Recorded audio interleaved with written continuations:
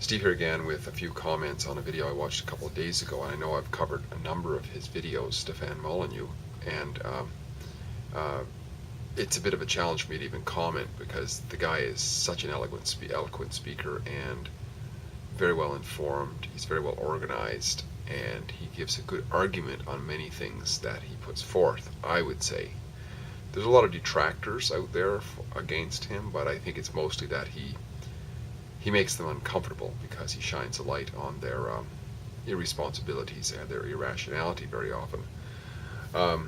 One of the things that I watched him talk about the other day was, and you can search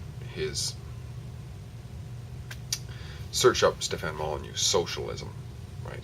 So I think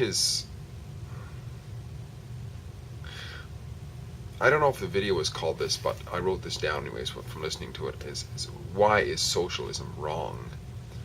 So he makes this argument that, or he talks about how, people ask him, when is it you decided to, how is it that you grew out of socialism? Because he used to be a socialist early on, many years ago, through his, younger years, and then eventually he dropped that and left socialism. And so people ask him, why is it that you left? And he said, basically, now he basically says because it's wrong. I mean, he uses the analogy of something along the lines with mathematics, right? I mean, if for many years you've been taught that 2 plus 2 equals 5, and then you look at it and you realize it actually equals 4 because you took 2 apples and you count them up and it equals 4, and somebody was asked you, well, how is it you eventually turned away from 2 plus 2 equaling 5? And the answer is, there's no other answer other than, well, from what I can see, it's wrong. I mean, it doesn't add up. And his basic premise is that we own ourselves. Now, I would say that, so there's going to be people say that, no, we don't actually, God owns us, and so on and so on. Okay, fair enough. But amongst the other people, other human beings in society, which one of us, including ourselves, has a higher claim of ownership on ourselves, our body, mind, and so on? And the answer of any sort of deductive reasoning is that unless you're some sort of you have a slave mentality or whatever, you have to realize that you own yourself, right? You own yourself, and that means that, especially if you're in consciously aware individual, an adult, shall we say, you also own what you do. So, and this is why the concept of property ownership goes back so far. If you've got the primary input onto something, you're deemed to be the owner of it. Like if you write a letter, those words on there are your letter. You basically own that letter. And if you carve a little wooden boat, well, it said that you own that boat until you give it to somebody else and somebody accepts it, and then it becomes their boat because you've passed that ownership over. And of course, if somebody murders somebody else, then society says, well, you own that murder. In other words, you're responsible. You're the one who created that murder, and therefore you're responsible for it. So, and that's why socialism is wrong, because socialism says something else. Socialism says that you don't own yourself. You don't own the results of your actions.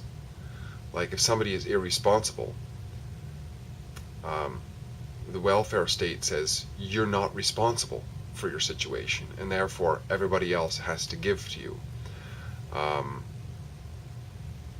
It says that if you work hard and you earn something, you build you earn some dollars or some gold or whatever, that you have to give that over to somebody else. So the expression of that is that you don't own it. That society is somehow higher than you, even though society doesn't really exist in a philosophical basis apart from the individuals, right? So the individuals are primary, society is a construct. But this construct, this godly character, is somehow higher than you. And therefore it's basically saying, when you follow it through, that you don't own yourself. And there's no basis to that, right? There's no basis to the statement that 2 plus 2 equals 5. There is a basis to the statement that 2 plus 2 equals 4.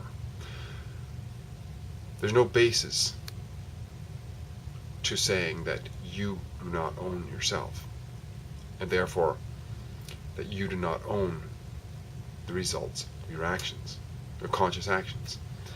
If you are a sleepwalker, or if you are in an epileptic fit, nobody's going to claim that you own your actions. I mean, if you're in an epileptic fit and you smack somebody across the face, nobody's going to say that you own those actions, because you're not conscious of it. But so long as we're conscious of what we're doing, and we create something and we do something, then we own. We effectively own. We do own. I mean, that's all there is the highest claim. Ownership is like highest claim, right? The concept. So, I would say the same thing. I'd agree with Stefan in saying that I disagree with socialism because it's wrong. It's not because of,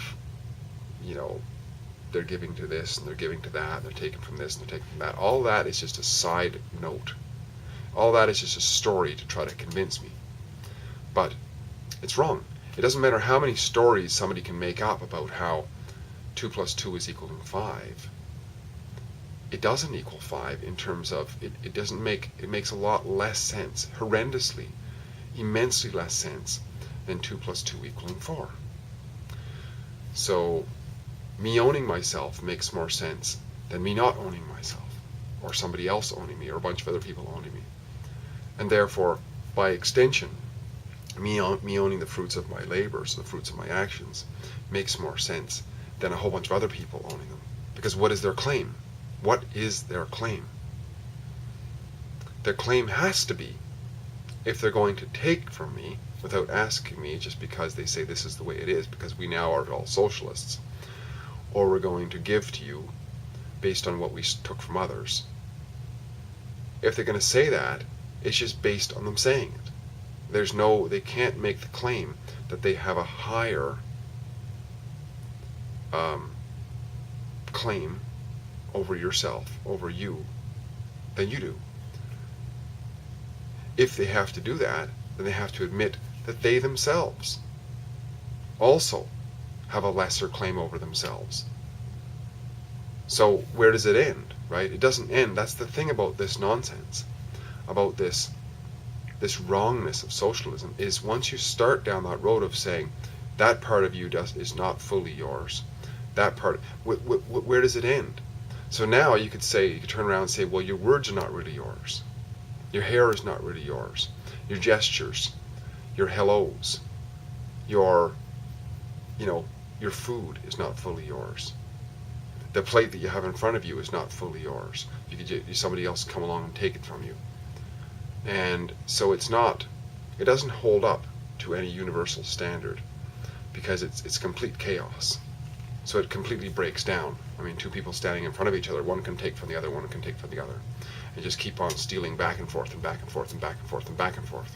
That's what socialism is. It's just constantly stealing from everybody, and no principles anymore whatsoever. And there's no limit to it until it completely implodes and destroys itself, I think. It's just nonsense, complete nonsense. And I suggest you, if you want to hear more about it from somebody who's much more versed in describing these sorts of things, I recommend listen to Stefan Molyneux. Anyways, Steve here again with another rambling babble about all things socialism not making sense and being wrong. Not all things, some comments. Hope you enjoyed. Great chatting.